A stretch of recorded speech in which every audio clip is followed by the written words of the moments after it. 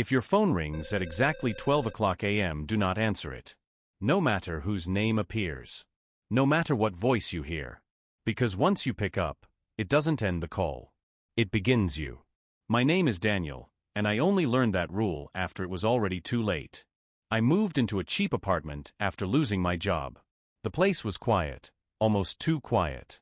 No children playing, no music from neighbors, just the constant hum of silence that made every sound feel louder than it should be. When I first met the landlord, he seemed nervous. Not rude, not welcoming. Just disturbed.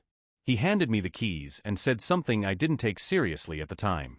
Don't answer calls after midnight. Even if it looks familiar. Even if it sounds like someone you love. I laughed awkwardly, thinking it was some kind of superstition. But he didn't smile back. That should have been my first warning. The first night felt normal. I unpacked a few things, charged my phone, and lay on the bed scrolling endlessly without purpose. The room had a strange feeling, like it had been recently lived in but also forgotten. At around 11:58 p.m., my phone brightness flickered. Just once. I frowned, thinking it was a bug. Then again. At 11:59 p.m., the air in the room changed. It became heavier. Not cold exactly, just wrong. Like the silence was listening. I checked the time again. 12 a.m. The phone rang. One vibration. Unknown number. No caller ID. I stared at it. And then it stopped. For a moment, I thought it was a mistake. Then it rang again. Longer this time. And something strange happened. The screen changed by itself. It no longer said unknown. It showed my name. Daniel. Then a message appeared beneath it. Why did you leave me? My throat went dry. I hadn't given my number to anyone in this area. No one knew where I was staying. The phone rang again.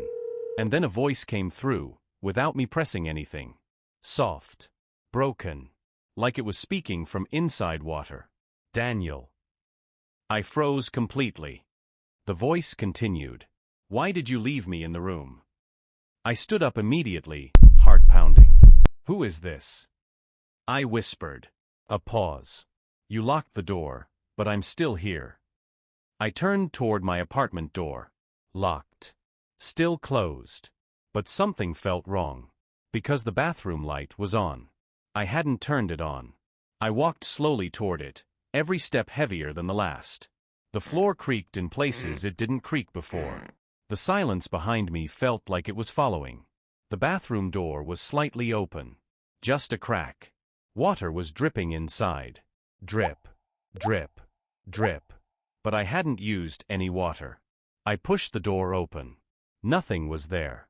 Just a wet floor. A fogged mirror. And a smell like someone had just been breathing inside the room. My phone suddenly rang louder than before. Not just vibrating. Screaming. A message appeared. Turn around. I didn't want to. But I did. Nothing was behind me. Just the hallway. Still.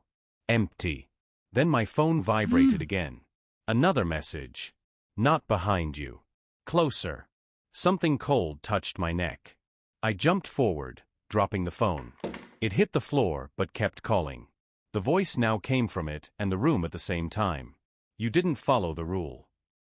I shouted, what rule? A pause. Then the voice said something that made my stomach drop. The landlord told you. How do you know him? I whispered. The answer came instantly.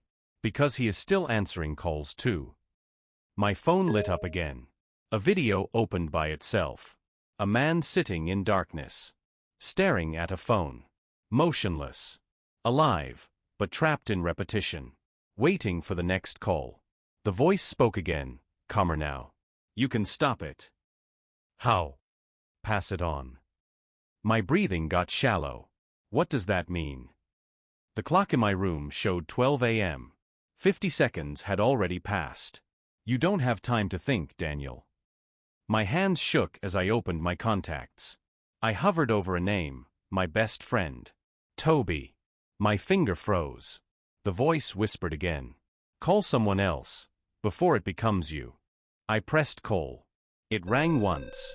He answered. Hello. I opened my mouth to warn him, but the voice came through both phones. Not mine. Not his. Everywhere. Good. Now it continues. Toby's voice changed instantly. Confused. Then afraid. Daniel, why is someone breathing in my room? I dropped my phone. It didn't stop ringing. None of them stopped ringing. From the walls.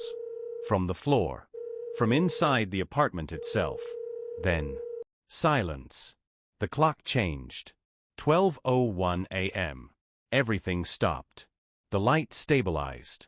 The air went normal again. My phone turned black. No calls. No messages. Nothing. I stood there breathing heavily, trying to convince myself it was over. I picked up the phone slowly. One final message appeared. You did well. Relief washed over me. But only for a second. Because the message changed again. Now you are the unknown caller. My phone rang immediately. But this time, the sound wasn't just in my hand. It was coming from everywhere at once. Outside the door. Inside the walls. Inside my thoughts. And then, my own voice came through the speaker. Soft. Broken. Whispering. Why did you leave me? And somewhere far away, another tenant picked up their phone at exactly 12 a.m.